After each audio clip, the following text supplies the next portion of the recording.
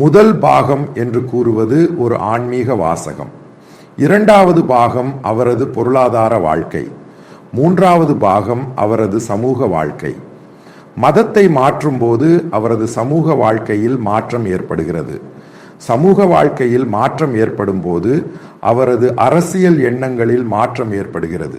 அந்த பகுதியில் மாற்றம் ஏற்படுகிறது. மக்கள் தொகையில் மாற்றம் ஏற்படுகிறது. இது சமீப காலத்தில் நடந்த நிகழ்வுகள் அல்ல, இன்னும் வரப்போகின்றன. இவை அனைத்தும் தொடர்புடையவை. இவை அனைத்தும் மனிதனை, அந்த நாட்டையும் அந்த நிலப்பரப்பையும் அவனின் பொருளாதாரத்தையும் வாழ்க்கை முறையையும் பாதிக்கும் விஷயங்கள். அதனால இந்த விஷயம் அதன் சொந்த முக்கியத்துவம் உடையது. அப்போது அவர்கள் கேட்பார்கள், ஏன் நான் பெண்டெகோஸ்ட் என்ற பெயரை பயன்படுத்துகிறேன் என.